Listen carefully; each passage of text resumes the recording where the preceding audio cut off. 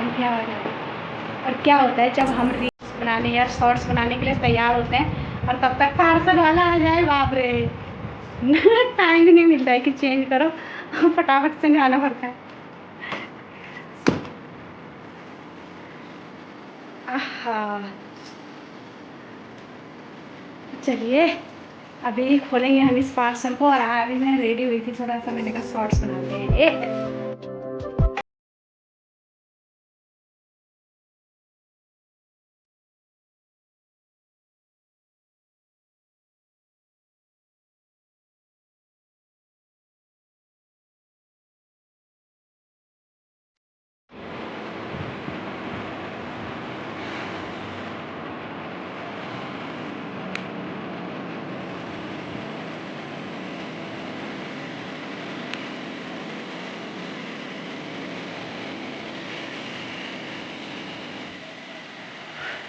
तो हेलो दोस्तों, कैसे हैं आप लोग? आशा है कि आप अच्छे होंगे, स्वस्थ होंगे, मस्त होंगे। मैं मीना एक बार फिर से आपको स्वागत करती हूँ अपने YouTube channel Meena real life में। और आज मुझे कुछ खास मतलब कि कुछ खास वैसा काम धाम वाला वीडियो नहीं है, लेकिन कुछ इन्फॉर्मेशन देनी है। मतलब कि मुझे लगता है कि जब मैं इस चीज़ से अनजान थी तो शायद मेरी तरह और भी होंगे, तो बता देनी चाहिए अगर कुछ ऐसी बात है।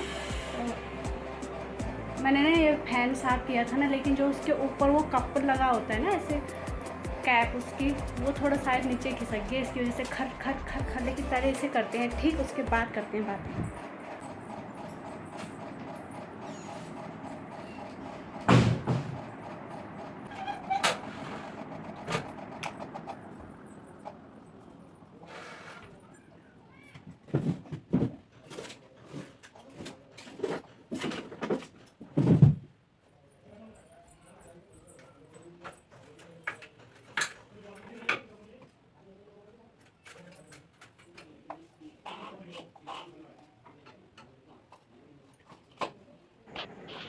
तो इसमें दोस्तों मैंने देखा, इसमें ना मतलब पेंच नहीं लगा हुआ है उस वाली कैप में, बस खाली ऐसे थोड़ा ऊपर करूँगी तो अटक जाएगा वो।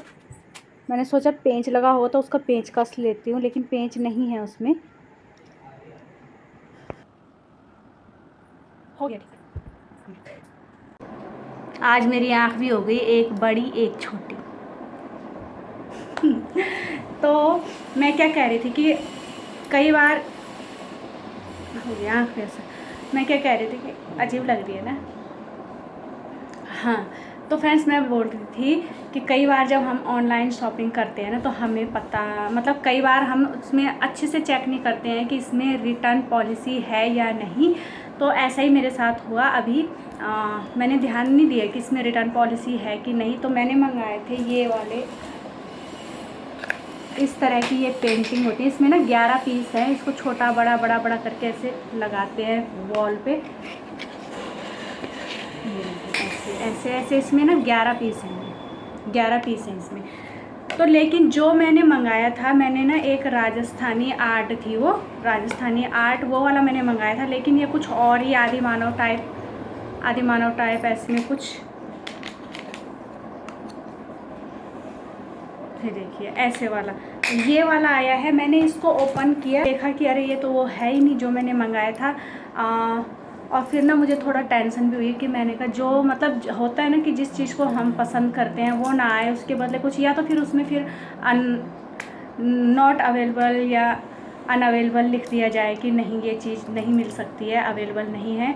तो काफ़ी सोचने के बाद जिस ऐप से मैंने ये सामान मंगाया था, मैंने उस ऐप को खोला और उसमें जहाँ पर नो रिटर्न पॉलिसी होता है, जहाँ पर नो रिटर्न पॉलिसी लिखा होता है, उसी में आगे लिखा होता है नीड हेल्प। आपको कोई हेल्प चाहिए, नीड हेल्प, अगर हमें कोई हेल्प चाहिए तो हम वहाँ से ले सकते हैं। उस पर मैंने टच किया और वहाँ पे वो हमसे कुछ क्वेश्चन पूछते हैं कि अपनी प्रॉब्लम शेयर करनी होती है। तो मैंने भी लिखा उसमें कि मतलब जो हमने प्रोडक्ट मंगाया था वो सेम नहीं है।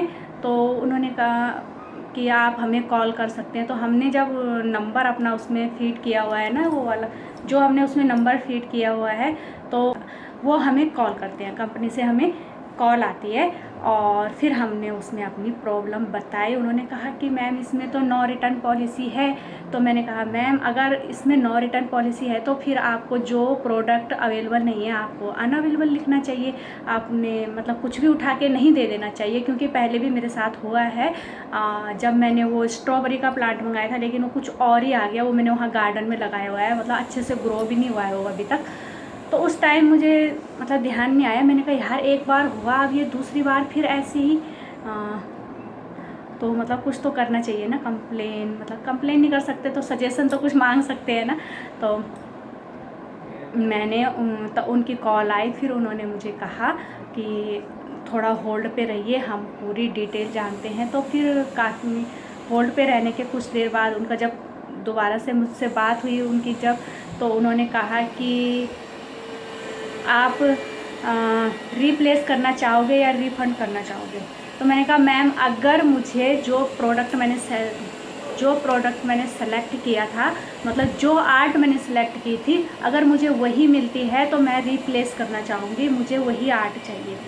और फिर उन्होंने कहा कि रिप्लेस रिक्वेस्ट आपकी एक्सेप्ट की गई है और अब मुझे वो प्रोडक्ट मिलेगा 30 अगस्त को रिप्लेस होगा और ये पिकअप कर लेंगे, इसको ले जाएंगे, उसको मुझे दे के जाएंगे। तो ये होता है कई बार ना हम लोगों को पता नहीं रहता और हम मजबूरी में उस चीज़ को रखनी ही पड़ती है। मन फिर लगता नहीं है उस चीज़ में, मतलब अजीब होता है। और ये होता है कि यार इसमें तो अब रिटर्न पॉलिसी नहीं है। तो मेरा बोलने का मतलब ये है कि हमें इस तरह से भी हेल्प मिल सकती है। हम कॉल आती है कंपनी वालों की, उनकी जिम्मेवारियां हैं। तो इस तरह से मेरी प्रॉब्लम तो हो गई सॉल्व। अब देखते हैं 30 तारीख को सेम आर्ट आती है या नहीं। वैसे तो आएगी, मुझे विश्वास है, क्योंकि मैंने उन्हें कहा है कि मुझे सेम चाहिए और अगर नहीं मिलती है तो मुझे रिफ़ंड कीजिए और मिलती है तो मुझे रिप्लेस करना है।